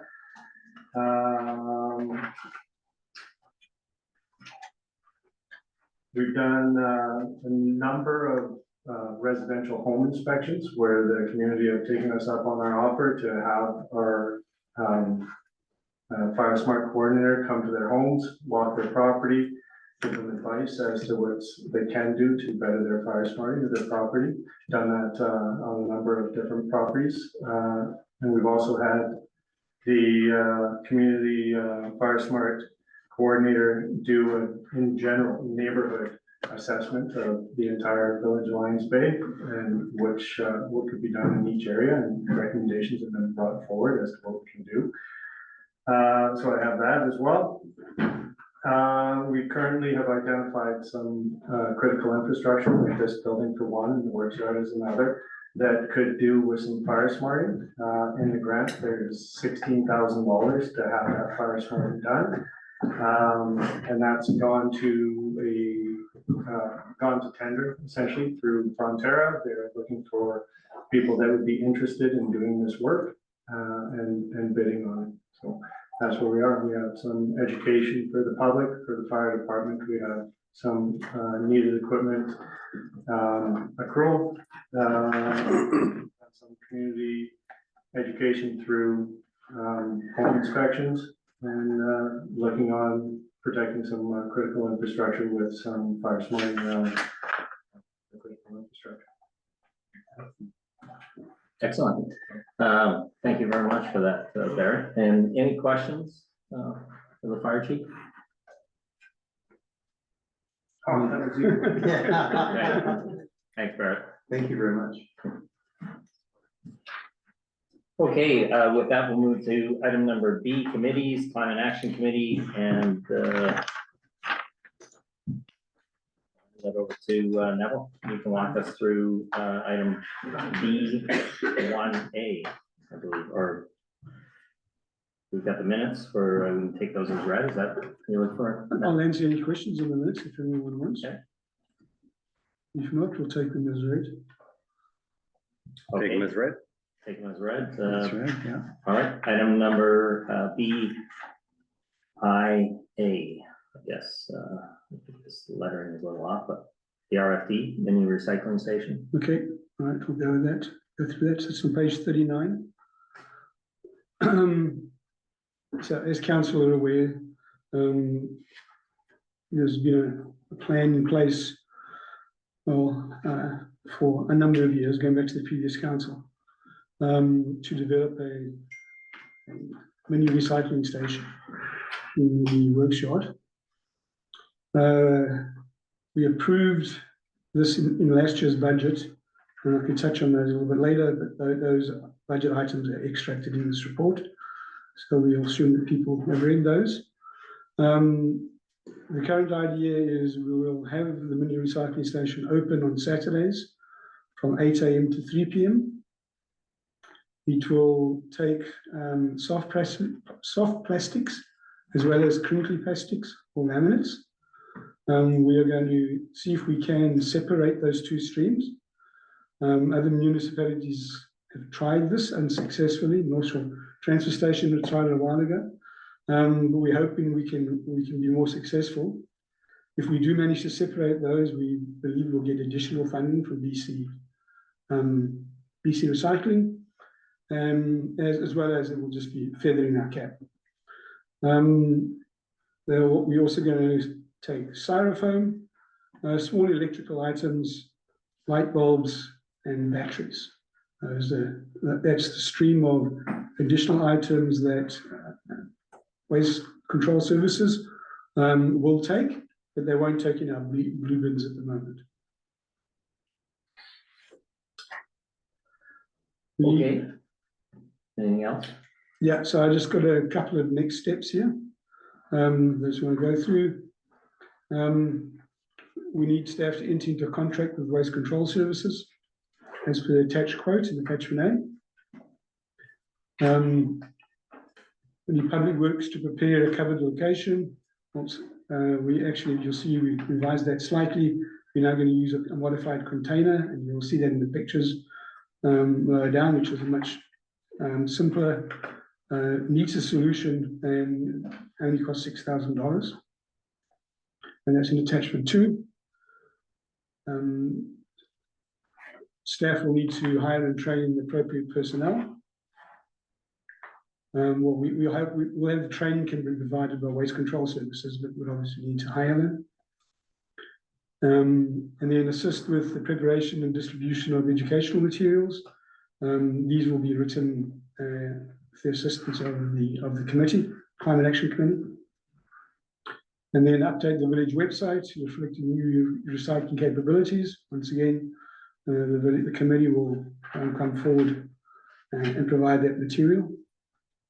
And then develop a marketing plan using the village update as a tool to maximize recycling within the village. On the budget items, the capital cost is only $8,000. And last year we budgeted $10,000. As I said, that's in the extracts below. So the contingency of, $8,500 versus 10 continues about 17.5%. For the operating costs, we expect the revenue to be around 28,000. I think we're 27,000 we just saw in the last budget report earlier. And the operating costs should be around 21 and change. So there will be additional revenue there. And then I just listed pages in the previous budget section where you can see all this information. We also have a current surplus of 55,000 in the BC Recycling Fund, which will obviously not be required here, but decide what to do with that later. And yeah, there's operating cost last year in the workshop budget was 25,800, so 26,000.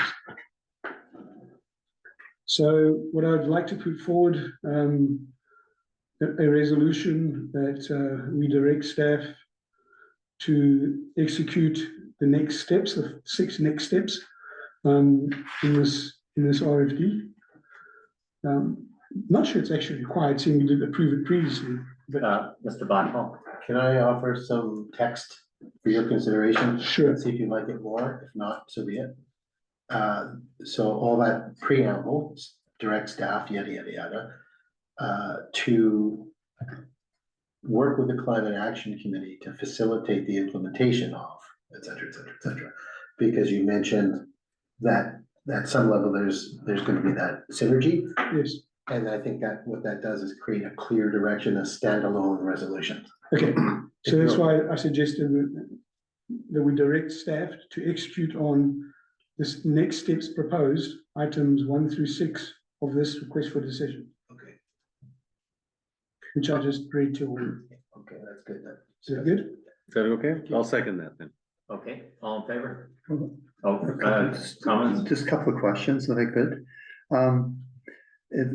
What will the impact be of this? I'm assuming that there'll be a positive impact of having staff, a hired person in the work shard on Saturday mornings versus currently we have a staff person there to take garbage that's and recycling that's missed on Friday. So would they also perform that role? That has been discussed at the committee with the Director of Operations. Yeah. And we've left that in his hands. Currently, this is not union work. And so, yes, the overlapping need would mean you don't need staff to do those 3 hours. Right. But that's not something we can decide. We've left that with the Director of Operations to decide how that works. And I guess at some point he'll figure it out. Okay, I mean, it's just a question. Okay, and in terms of the hiring of the personnel who will be involved in the recycling, we're looking for opportunities to support fire, and we've had requests in terms of different possibilities in terms of augmenting rental and everything else. And I'm just wondering whether there's any feasibility here and maybe a job share of a couple of fire personnel.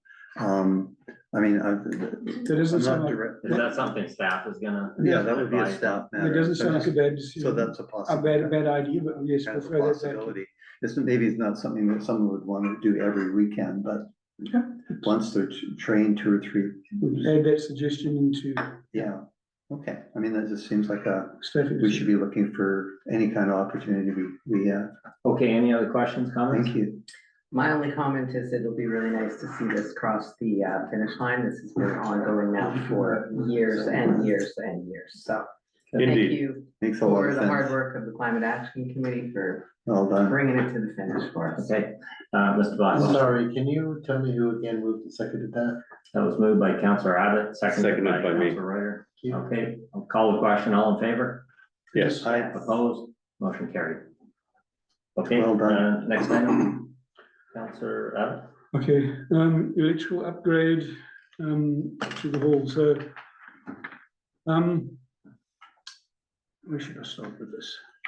Those that were here in 2021 will recall that a similar project to this, a very similar project to this, early 2022, was proposed. And was proposed to go into which grant cycle it was, clean energy, something like that. It was never submitted because there was a lack of clarity around the electrical upgrade portion of this project.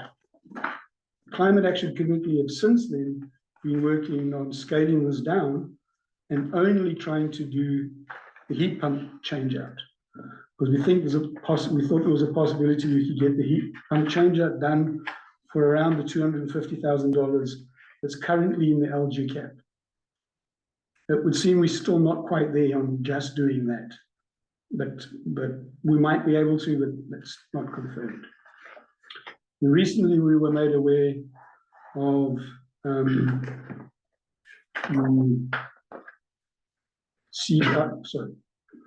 GICB grant, Green and Inclusive Communities grant.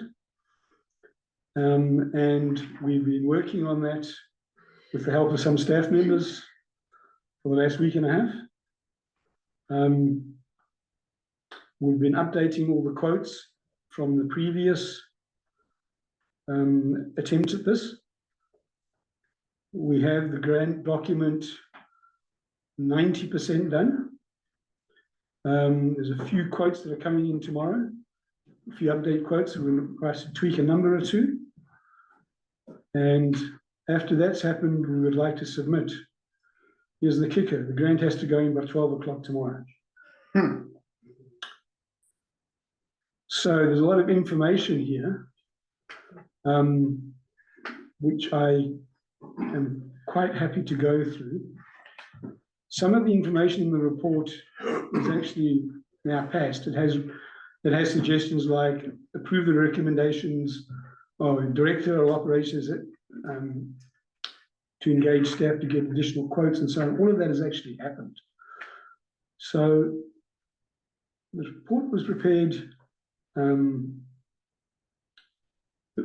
previously for an earlier council meeting, and a lot of this has actually taken place. So maybe if I go to the last part of the report, and then we can drop back onto any of the previous kind of questions or any information on the other stuff that's in the report as the scope and what we intend to do, if people wish. But the preferred option here is described as Director of Operations that has engaged an electrical contractor to provide a reliable cost estimate. We've got that today after further work on the weekend with him through the committee members. Staff have opened a grant application. Thank you to staff for that. Staff members have also provided some of the information into that. CSCA members have approached the previous bidders and updated and escalated the stale quotes. As I said, they're all in but one, which may be in tonight, but by tomorrow morning we can update all of those. And the CAC members have provided the grant application narrative. It's last minute. I'm not sure how many staff members have reviewed that. So act the document, everyone contributes. I know Joe looked and put some stuff in. I don't know how much of the rest of the staff have reviewed or if they feel the need to. Mr. Blackwell, staff reviewed and thank you. what's your feedback? I'm not sure who's done what. I know that there's several, I have not, but other staff have been actively involved. So of course I'm available on an as and when needed basis, but not noted any need for my involvement. It seems like it's in sort of monitoring progress. It seems like it's moving along quite well. On the timeline very well, but it is a short timeline. So noon tomorrow. Noon tomorrow. So the motion I'd like to put forward. The motion I'd like to put forward that council recommend staff to submit the GICB grant application as prepared jointly between staff and CEC members. Mr. Blackwell. Just a word correction, direct staff would be better. Direct staff, okay. Okay, Councilor Brown. Question, once the grant application is submitted, is there some wiggle room within that? For example, I'm looking at there's a whole initiative to try to minimize wood smoke wherever possible. Mm-hmm. So putting in a unit that generates, as well as limited, the message here is fully support the wood smoke or the wood burning for the village, through the appropriate winter period and with the appropriate appliances. But the message of the village putting in a wood burning unit, not sure, but I mean, certainly we could discuss that. But so that's one aspect. The other aspect is that I think when I was looking at heat pumps, I looked at geothermal, and one of the concerns that was raised was that I might hit water, and then what would I do with the water? Well, so there may be is there a possibility of also looking more seriously at geothermal? And I notice in the grant application that it's looking at both climate resilience retrofits and so on, and renewable energy retrofits, solar wind turbines, and geothermal exchange systems. So I'm just wondering, I mean, I fully support this grant application, but I'm just asking if it's possible after the fact, if we found that geothermal was a possibility, whether that would swap out. I'm sure you know. Okay, let me don't know. Touch on a couple of things there. So Sure. First back to the wood stove. Yeah. Or the high efficiency wood insert is what it is. All right. So two things. It is only used in the event of a winter emergency when we lose power. Right. So it's a very rare circumstance. Right. And it is high efficiency. It's EPA standard, low particulate. Right. Catalytic conversion system, all of those things. But it's a $12,000 expense to do that, right? Okay, we have to do something with that space. Yes. Right? With which? We have to do something with that space, right? And we can't run the heat pump units on the existing generator. They're not big enough. They run all the electrics, including the current heat pumps in the office, but it's not big enough to run those extra 2 heat pumps. So in the event of a winter emergency, if we wanted to use that space, that's what the wood insert is for. The bulk of the time, and maybe all the time, maybe it's never used, well, not maybe, we might allow people to use it for a Christmas fair or some nice gathering, but it won't be used regularly, is it's there, it will look very decorative, it seals off that space where we're currently losing huge amounts of our heating and our cooling, I guess, when the cold settles, but so that's just the most efficient way to take care of that. A, blocks the big flue we got out there, all the heat's kind of running out and heating all the trees above. And B, provides for that emergency circumstance, which is probably infrequent, or if ever, might never happen. Part of to the geothermal, no, there isn't any time to investigate geothermal right now. So we've been focused on trying to find the simplest, cheapest way because we didn't have a grant opportunity. I get that, And the simplest and cheapest way is change nothing, go into the oil burning furnaces that are currently in the kitchen downstairs, take them out, put heat pumps in there, and well, the condensers will sit outside where the oil tank is. That's the simplest and cheapest and most economical solution. So that's what we have pricing on. What you're suggesting, we don't have pricing on, we don't have a design for, so we wouldn't be able to do it in time.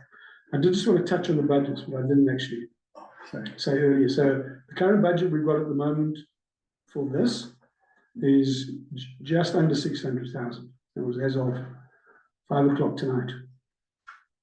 Shade under 600,000. So 80-20 grant, right? Which means for 120,000 of the LG cap money, we can complete this entire scope. Which means we'll have another 150,000 of LG cap money that's left over, which we can then decide what to do for other projects. If we don't get the grant, we're going to be back to scaling the whole thing right down to its bare bones, excluding things like the window upgrades, solar panels on the roof, all the other things that we've had. We're going to be back to scaling right back down, and we're going to spend the entire LG cap budget. So it really is a win-win, plus it gives us opportunity and money left to do something else with. So just for sake of process, I'm seconding the motion. Neville, thank you so much and to, I'm sure, all the unnamed people who have worked so hard on this. Yes, maybe I should have named them because there was a lot of people. I'm sure there were. And it's nice to see us having the possibility of a bite at a grant, which I had not harbored much hope for anymore. But yeah, thank you so much for all the hard work that went into this. Mr. Blackwell. Quick for rain post, that was seconded by Councillor Reuter. It was moved by Councillor Abbott. All right, we'll call the question. All in favor? Yes. Opposed? Motion carried. Thank you. Thanks, everyone. Thank you. Thank you. Thank you. Next item is the UBCM reports from Councillor Boughton, Councillor Abbott, and I'd just like to say thank you to the councillors that attended, and also CAO Blackwell. I think the conference was definitely worthwhile. We had some great meetings. We were able to meet with the ministers and also attend many conferences and highlights, and anything that Councillor Broughton or Councillor Abbott would like to add to your reports?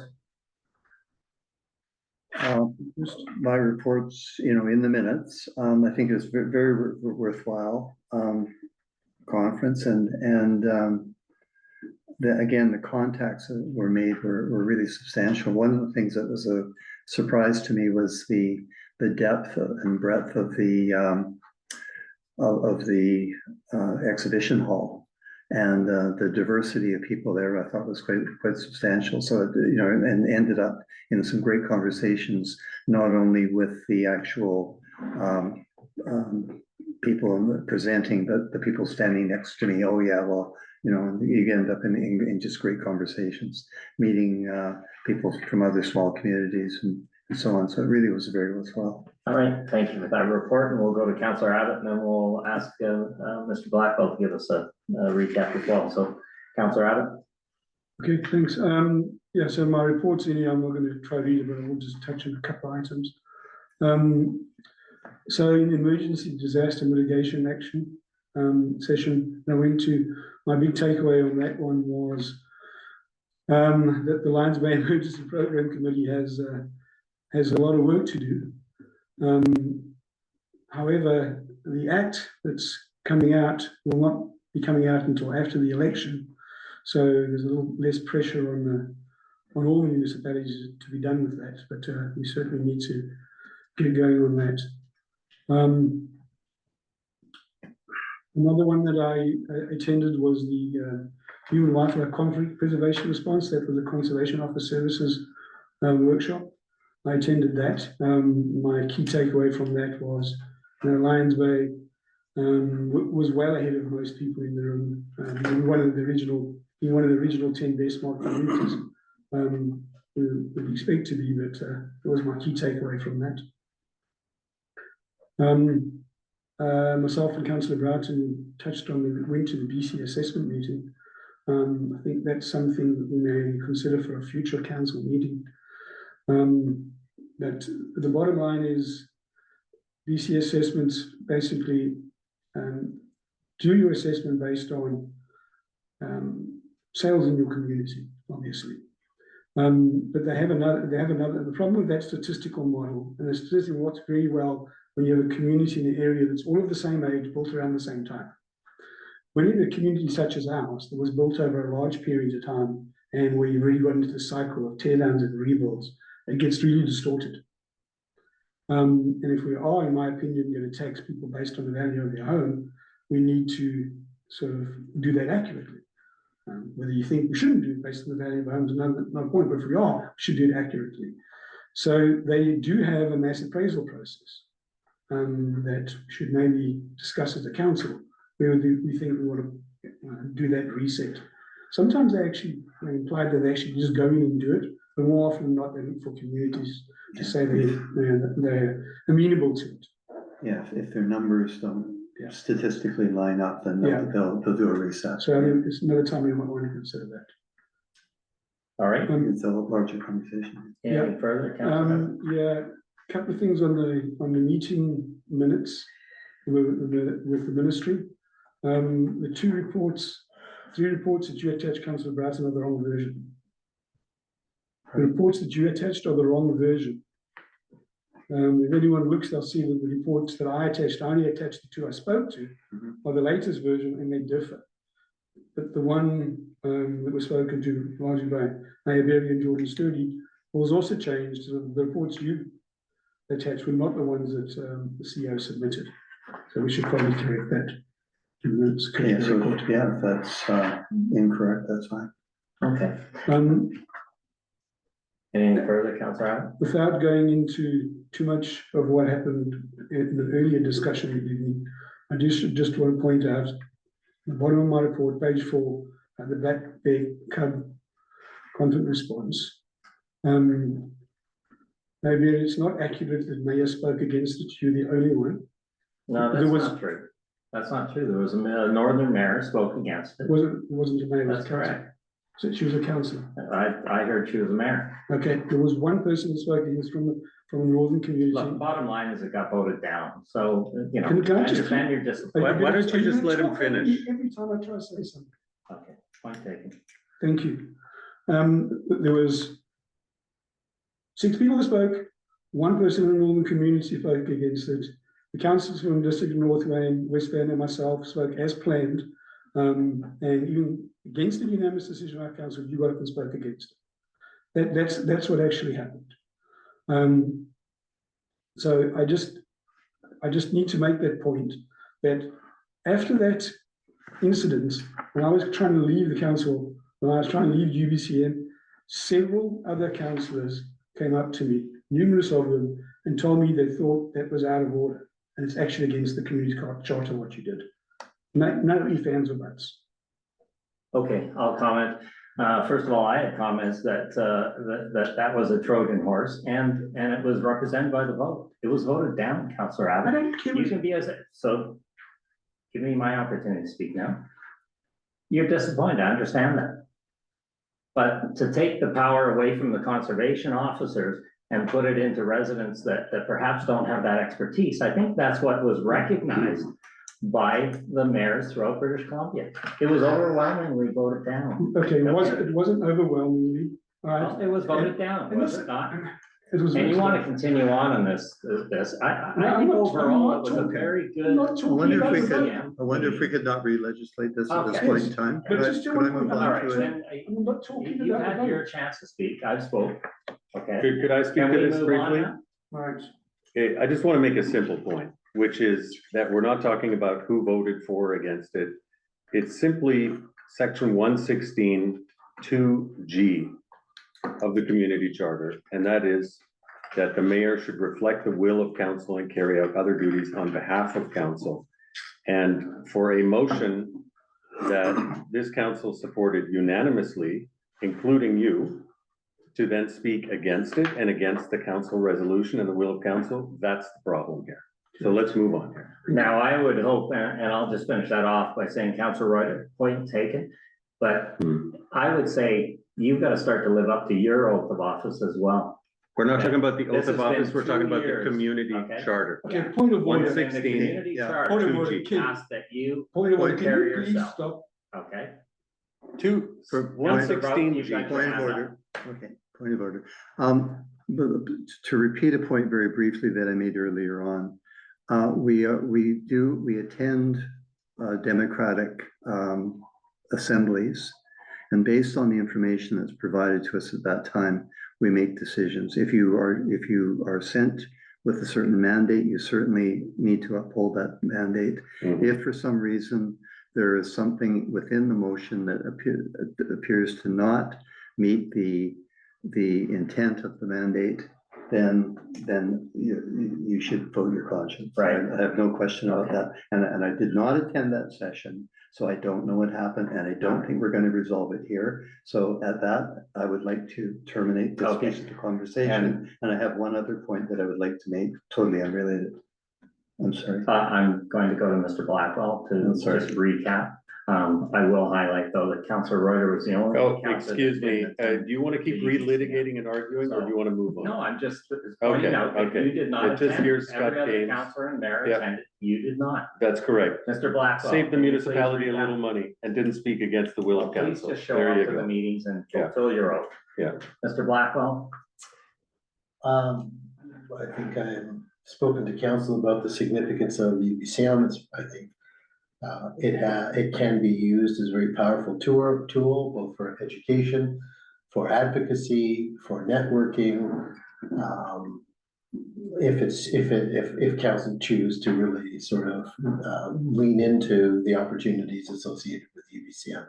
This last UBCM, council did not contemplate any resolutions. It wanted to move forward through the LMLGA, which would then make its way to the UBCM, but you have a year to contemplate that, and if council is so minded, you can start thinking about whether there are matters you would like voted on at the LMLGA and ultimately UBCM for advocacy in the province. So there are a couple of issues raised today that I've heard that may well fit perfectly within the realm of advocacy of the UBCM. So you have a year roughly to contemplate that. But, again, for next year, I would strongly advocate that council look to really maximizing the effectiveness of your participation at the UBCM, because it can make a big difference to the community.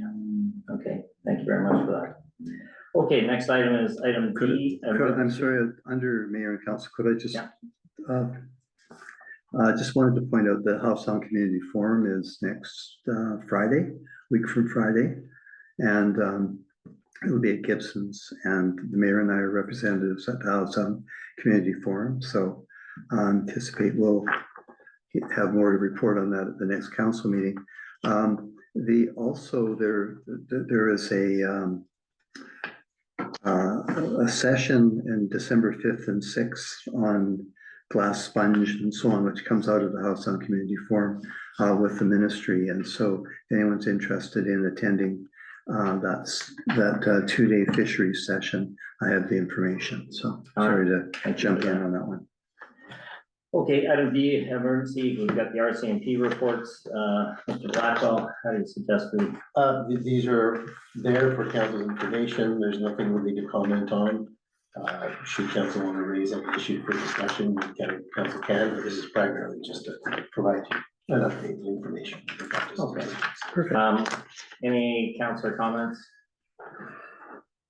No, okay, we'll take these as Okay. right.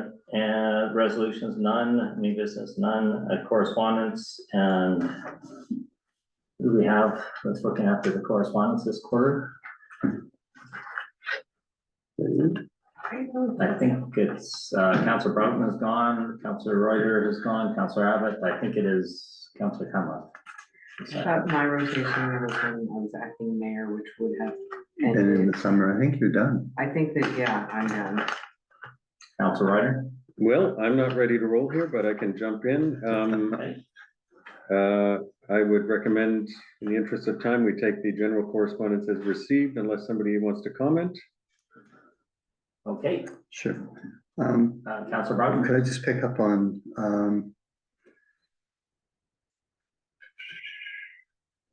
I think the new intake for the GICB, that's the thing you were talking about earlier. Okay, Mr. Bruce has asked that the events committee have a noise relaxation for the Halloween dance. Is that already done? You're under resident now? Yeah.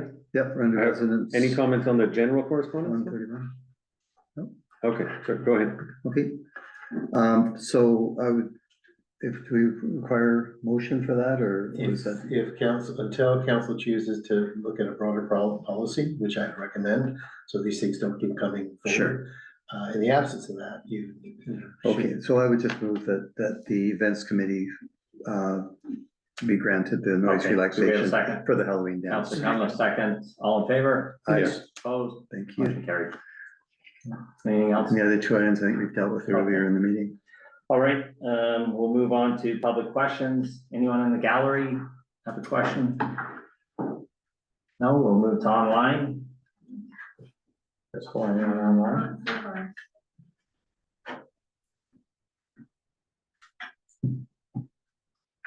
No hands Okay, up? we'll move, motion to adjourn. Moved. Second. Okay.